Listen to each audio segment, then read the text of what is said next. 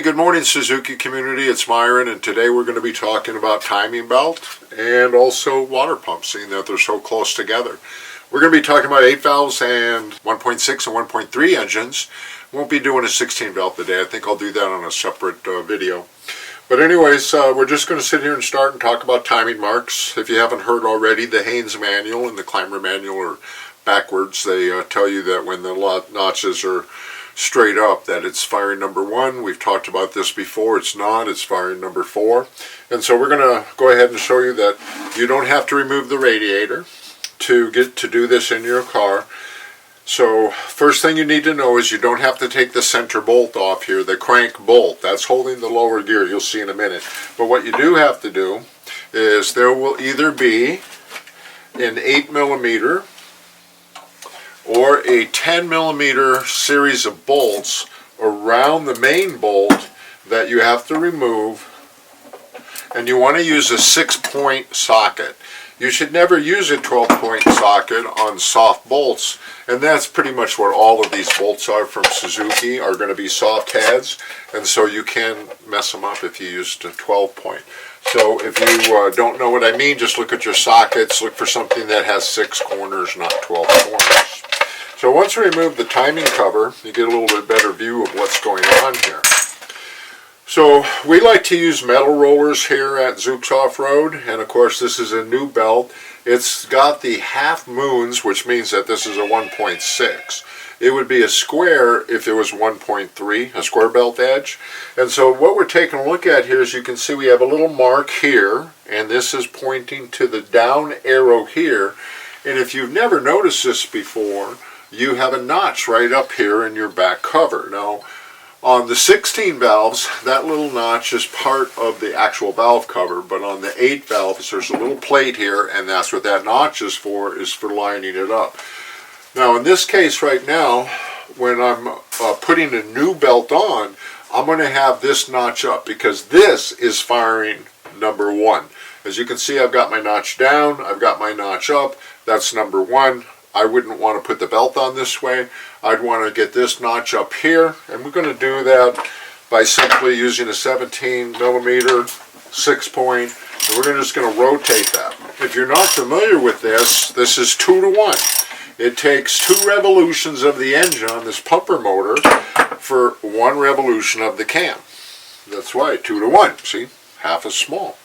And so you're going to have different adjusters here for the 16 valve, the 1.3, and the 1.6 8 valve. They're all use different adjusters.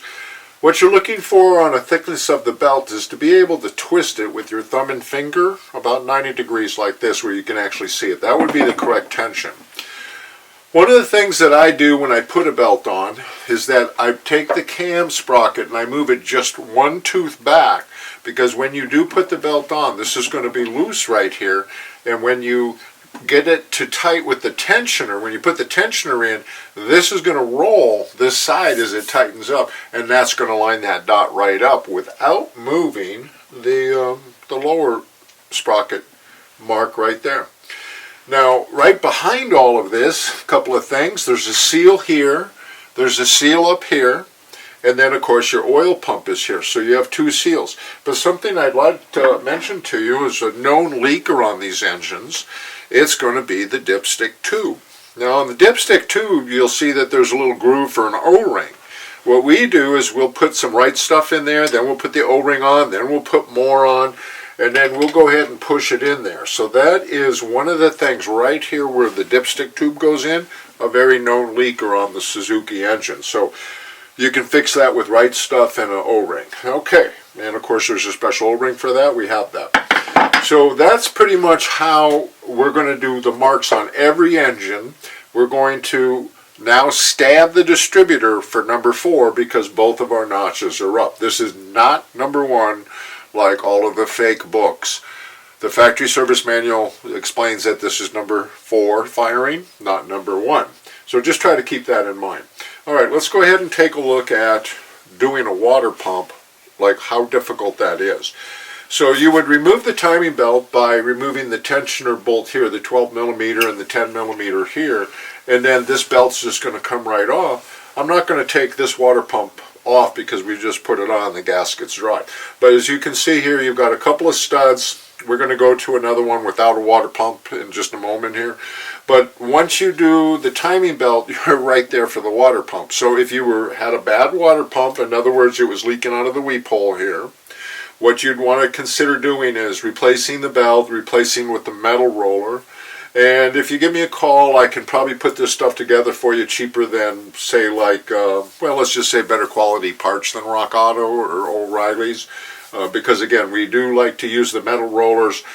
And we only use Japanese Aisin brand, the factory brand pumps. We do that for both the oil pumps and the water pumps. Now, just so you know, on the 1.68 valves, the Aisin oil pumps have gone obsolete. They're not available anymore. We can get them for the 1.3s, but not the 1.6s, not the 8s, not the 16s.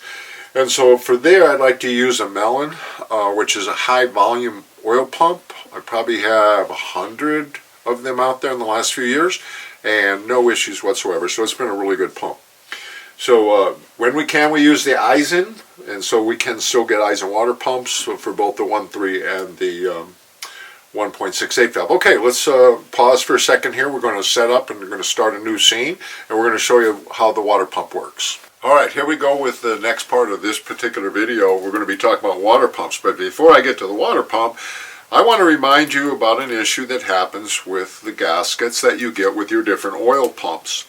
Now, there are two different versions. You might have a block with an oval in it, and then, of course, you would have an oval in the oil pump, or you might have a round circle. So here are two identical gaskets, except for one is a circle and one is an oval. If you put an oval on a circle oil pump, it's going to leak all the oil out the first time you start it up right there. It's just not going to seal.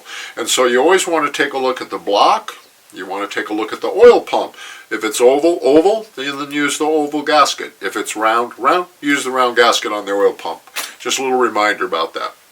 So when you take the oil pump off, you'll have two studs here for alignment. And of course, again, we use the Aisins from Japan. This is what the factory used originally. And so it comes with a gasket.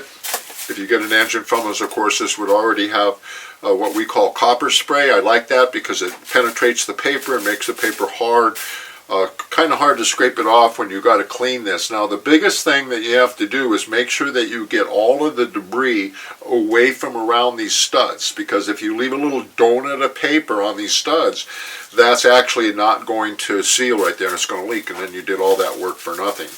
Now, as you can see here, the water hole, this is where your water log goes back here, so you want to clean this hole out here on your block before you do the right stuff in the O-ring for your water log coming in.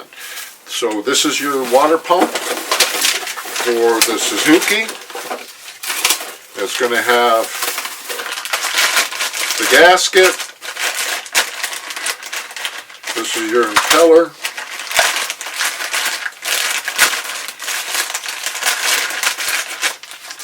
There's your impeller right there. There's your weep hole.